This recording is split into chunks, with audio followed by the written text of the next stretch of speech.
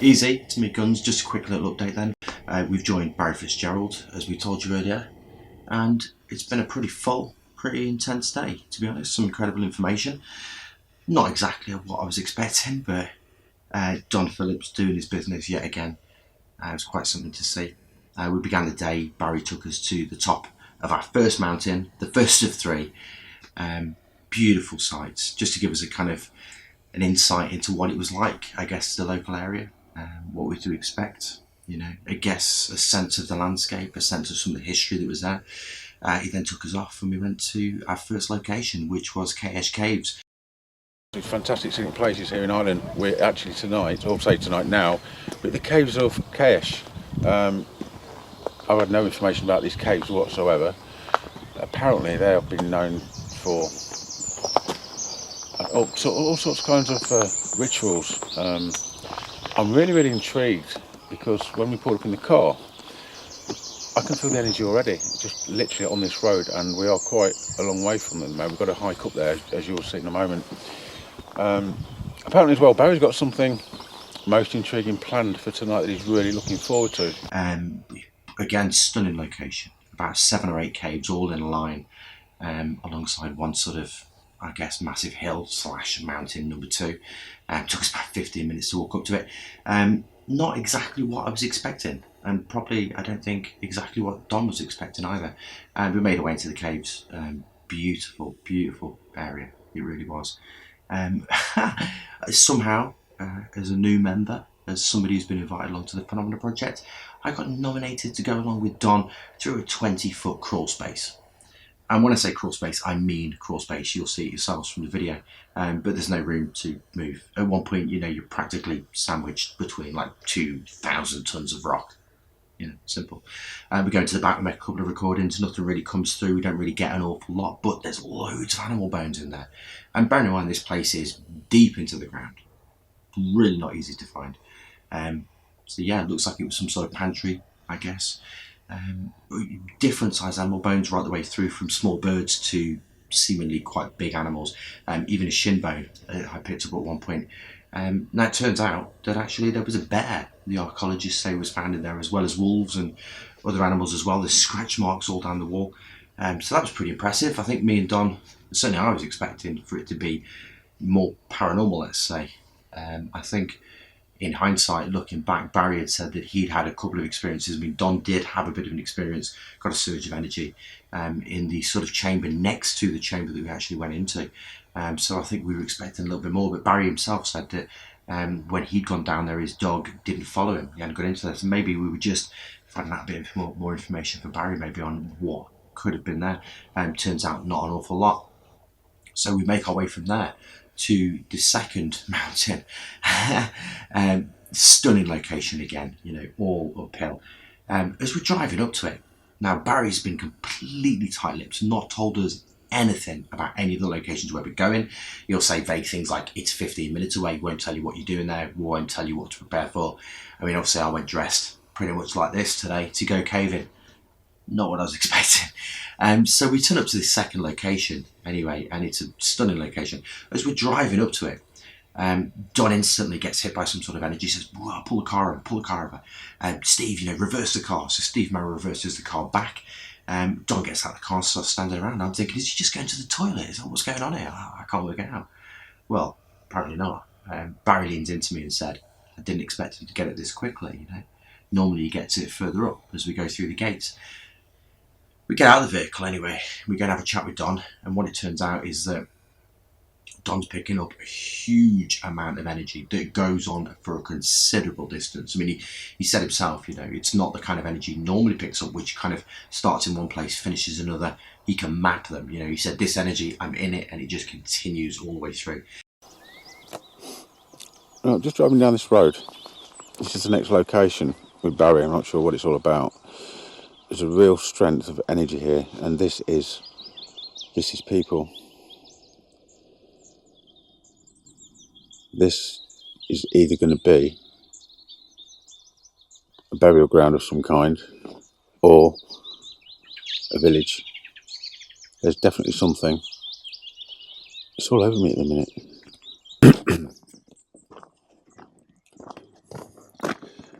Barry, where are you, mate?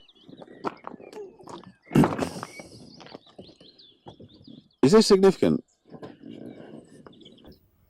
This is strange, and it's very, very weird. But as he stands back up, he went, "Is there a village here?" He said, "I've got loads. It's a people place, and there are loads of people.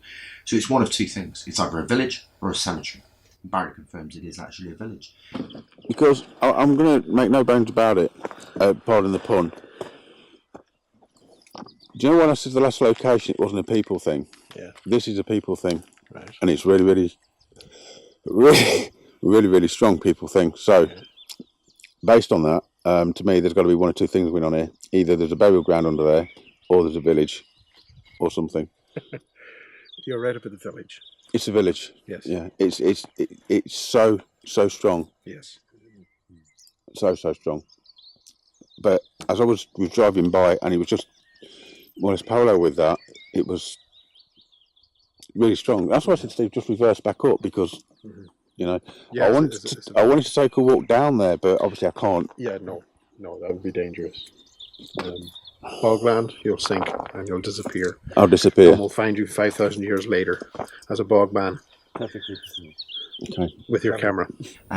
We then get into the car, we drive further up. Barry again turns around to Don and says, "Donna, when you get out of the car, just so we're going through the gate." So Don gets out of the car as they go through the gate, as we walk sort of a little bit further up as we come through.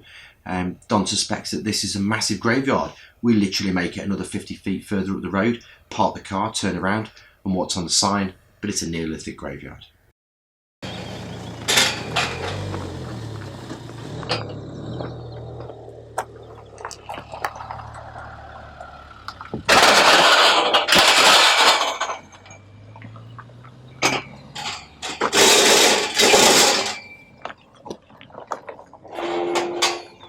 Right, I've got energy again. All behind me. This is behind me. Mm-hmm. Big style. Something. It's like how would you describe it? Standing here now, I can feel energy, right? Phil, you're not walking through it. You're walking in it. Yeah. It's that strong, and it's constant all around, isn't it? Yeah. Very much so. Now my face is going numb. He's having the time of his life, this guy. He knows what's coming.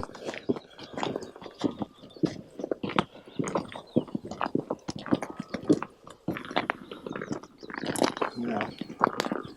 It's just really strong energy everywhere, Steve. In the direction of I'm just walking straight, not to it or past it, I'm walking in it. How'd you feel, Don?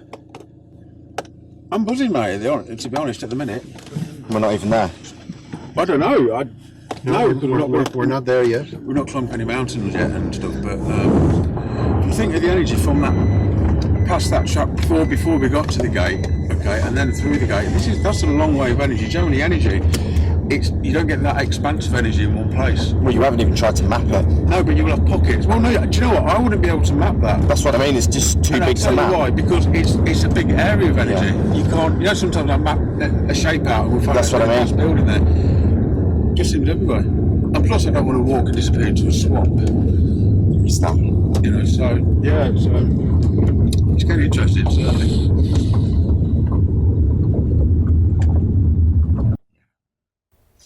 Two for two. 3 for 3, really, if you want to count the first one as well.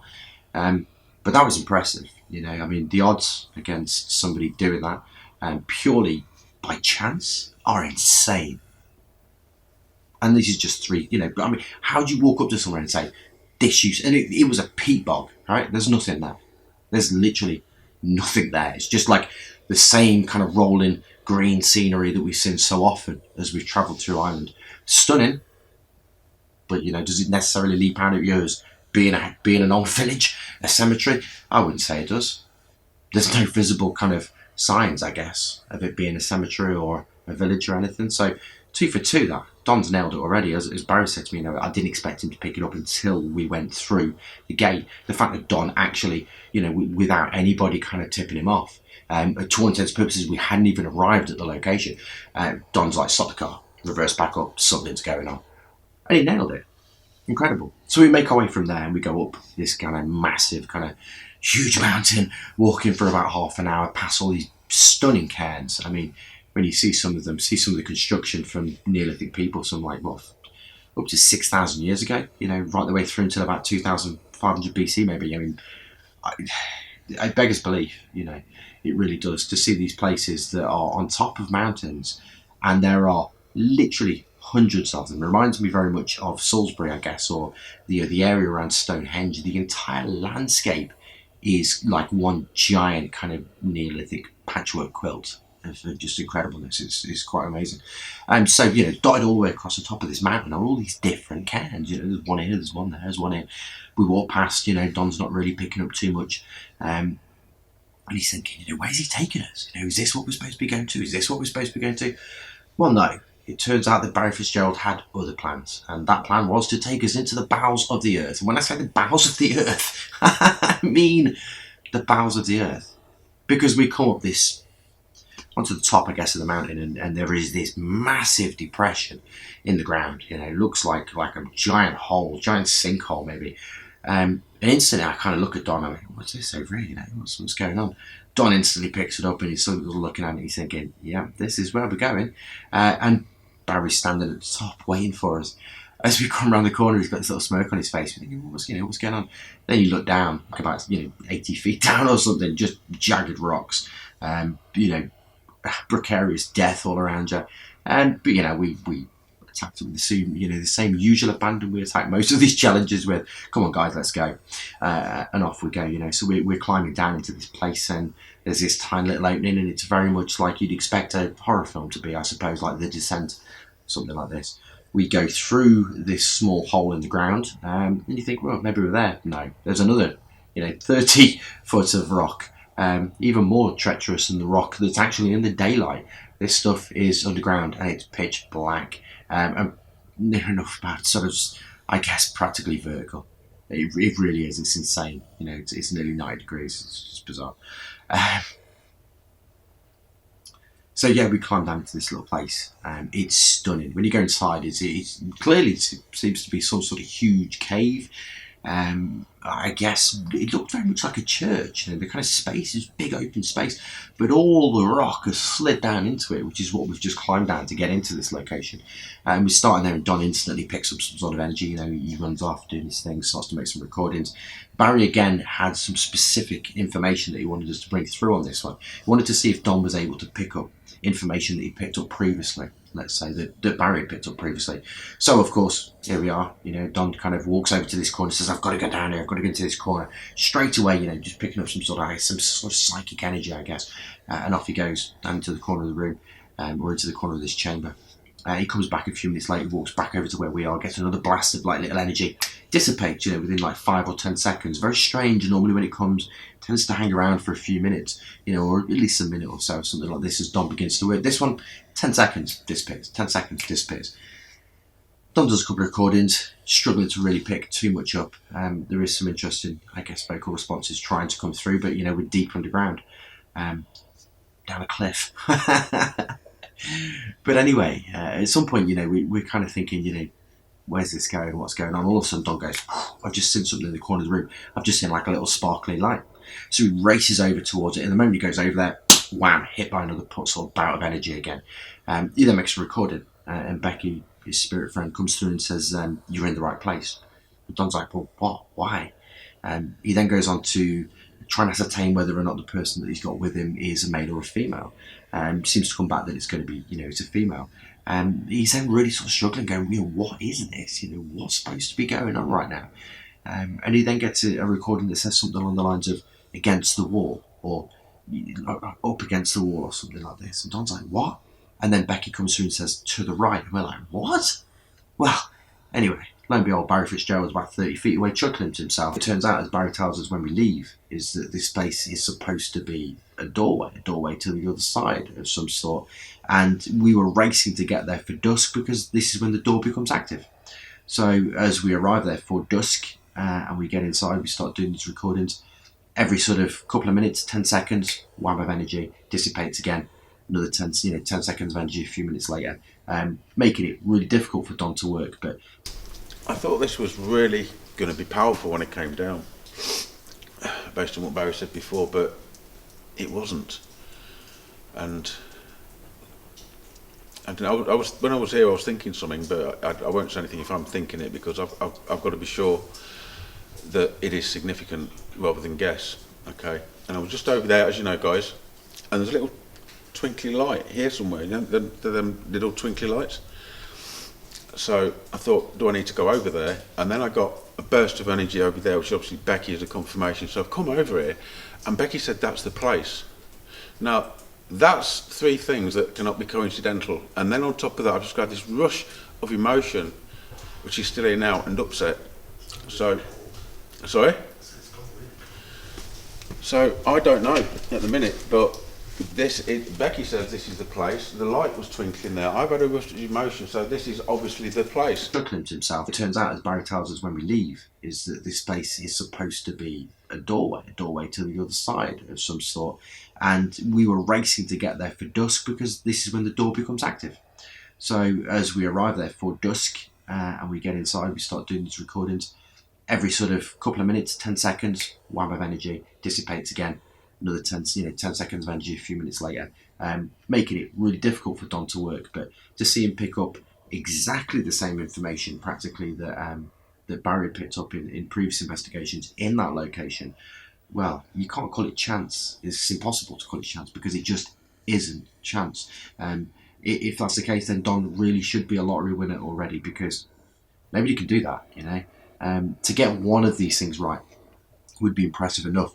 To get a series of them right, a number of tests, let's say, over the course of the first day, is amazing. One after the other, after the other, after the other, after the other, after the other, and after the other. So he's picked up, again, almost identical information to what Barry's picked up. But again, struggling to understand it. Barry is remaining tight-lipped and not giving anything away. So as we make our way back up this cliff face, it's equally as treacherous on the way out as it was on the way in.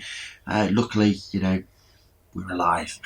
We make it out. As we're standing up at the top, you know, Barry's kind of recounting the story to Don, and Don's asking him, saying, because finally now he can tell us once we've completed whatever it is we're supposed to complete.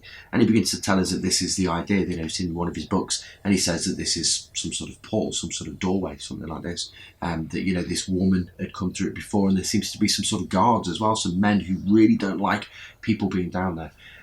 So yeah, as he's recounting this story, then off camera, this voice that is heard audibly, I believe, on the camera, but all three, both Don, Steve, and Barry instantly, standing closest to the hole, looks over his shoulder like, what?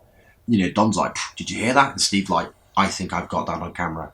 Well, lo and behold, we think we've got that on camera. So what it actually was a female voice shouting from the bottom of the cave, I guess. Bizarre. I can only imagine that, you know, if it's real that this portal, I guess this door to the other side opened, that maybe we'd left, and, you know, the only way of possibly contacting us or communicating with us was to actually be that audible. But, you know, seeing as we're like about 100 yards away at the other end of this sort of cliff face, standing outside this hole, the fact that 3 of the 4 people, I didn't hear it myself as I was holding the camera, but 3 of the 4 people picked up this female voice, and maybe even the cameras have picked it up as well, is quite amazing. We leave there anyway. We make our way to the last location, which appears to be a cairn on top of this hill. We go inside, and there are 3 sort of separate chambers. There's one central chamber, chamber to the left, chamber to the right, chamber at the back. And we begin to make some recordings, and Don's really struggling to pick anything up, doesn't pick an awful lot of energy up from this place. But, you know, we kind of make our way outside at Don's request so he can continue to work. And you can hear from outside the cairn, you know, I've got the video camera recording still as we're outside. I don't know how much audio will have been picked up by that, but you can hear Don picking up some interesting responses and being whammed by a series of energy. But really struggling to work out what it was. It's not a tomb. It's not to do with dead people. I know what it's not, but I don't know what it is. Does that make sense? I know what it's not, but I don't know what it is at the moment. The first thing he says is there seem to be some sort of devices placed in each one of the corners. He dismisses that out of hand like it's nothing. But as the recordings come through, it seems to be a place of gods, was one of the recordings that come through. A place of not necessarily worship, but the people wouldn't have been inside the cairn, they would have been outside the cairn. Also, you know, Don was getting this information that comes through. He also believed that there was some sort of sequence, let's say, or some sort of I don't want to call it frequency because I know that's actually what Barry suggests that it is. That there's a certain resonance within these chambers, that that activates certain things. Let's say, but Don picks up something like this, some sort of pattern. I think he said some sort of something like this. But as he comes out, he kind of recounts his story. To all intents and purposes, again, Barry's like absolutely spot on. These were actually aligned to the summer solstice, and I guess that people would stand outside and watch the sun rise and watch its way make it round the inside of the cairn, for a number of different reasons, of course. But Don comes out and to camera, he starts talking about how these things are aligned to the stars, how they're particular reasons. They're not necessarily burial places at all, and they're more like, I guess, to mark the passage of something to do with the stars, is what he was saying. And to see somebody go in there, and okay, you could say the guy guessed, but he didn't. This is a place of worship, but not from the inside. It's from the outside. People around the outside. Okay. The pattern is to do with the position of what this is.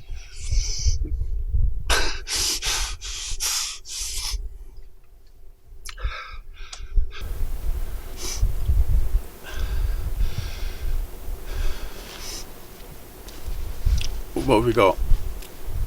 It's not to do with dead people. Something to do with gods. Something to do with worship, or a place of worship, but people on the outside, not the inside. So I don't know why you go in there, because it's significant, but that's not the thing. And then we've got the position of it. Now, Barry said there's lots more of them. There's something about a pattern. I didn't know what that was, but I'm not a stupid person. Becky said, I still maintain Becky said Stonehenge, right? Now I'm making the correlation now between, if that's what she said, Stonehenge, right, is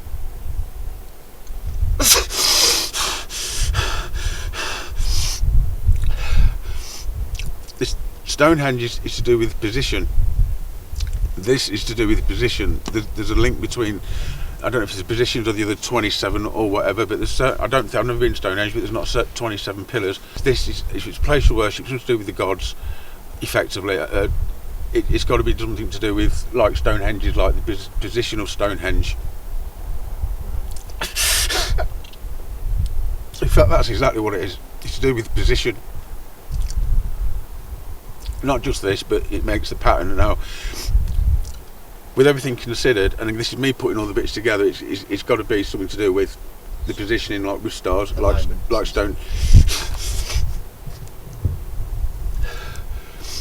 Stonehenges. Then the next question is the people. We're talking 6,000 years. How many different types of people have we had in 6,000 years? I can't make that determination, and I can't get any answers in there. So I might have to let that go. I could guess, but you know what? That is not the point. Even if I guessed and you said, yeah, that's right, it doesn't mean anything, because it's a guess. And at the end of the day, this is about obtaining information from places we know nothing about. Correct? So therefore, what value would there be in a guess? That's the truth. And if you did guess, like I say, why isn't the guy a lottery winner? Because I would be putting my efforts into making serious cash. Really, like that. To go and do one of those things over the course of the day would have been impressive, but to do 6, 7, 8, 9, 10 of those things, one after the other, with that level of accuracy and that level of accuracy was outstanding. And the level of detail as well was outstanding. One of them you could call fluke, 2 of them you could call chance, 3 of them you could call extremely lucky, 4, 5, 6, 7, 8, 9, 10, well, you better start changing your belief structure, because it just doesn't fit the paradigm. It really doesn't. Of course, that concludes day 1, so I guess we'll come back tomorrow, day 2. We're going to be going to some more interesting locations. I'm expecting it is going to be epically beautiful, just like all of today has. It looks, hopefully, like we're going to have some decent weather as well, so stay tuned, because the Phenomena Project are going to bring you some incredibly interesting stuff over the course of this silent investigation, and of course in the next year as well. Check it.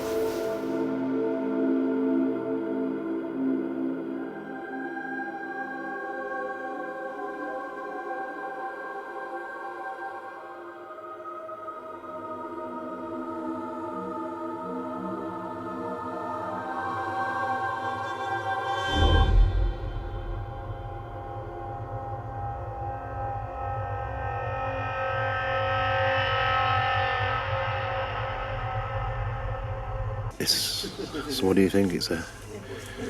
What Don was just saying was quite extreme. Yeah, massively extreme. And to be honest, before he'd even started saying it, Steve, it changed when the light I went told down. you this place. I knew this place was going to change. Yeah, it changed when I the can light feel went it. down. It's dark, it's ominous. It's foreboding. there and it's listening. Yeah. Well, I know. Yeah, I can feel this just edging. You know what I mean? Just on the edge, watching. Or it's very oppressive. This place. it is very oppressive. It's easy to say the eyes have walls because they do. You There's do some- feel like you're being watched, don't you? You're drawn to certain areas. For some reason, people drawn over the walls. I've come across over the years just a handful of investigations where it actually has involved poltergeist phenomenon. It's a bit like tasting a lemon, you know, you never forget that taste. Ian, what's your impression now of Ireland and the wonderful landscape and what can hide in it? It's easy to think when you come to a place like this that myths and legends are just myths and legends. Exactly that. You know, stories that are told over a period of time. But when you come to a place like this and you begin to see what Don's doing, and you begin to see the things that I guess. I tell you, you've just changed my whole view in regarding myths and legends. Yeah.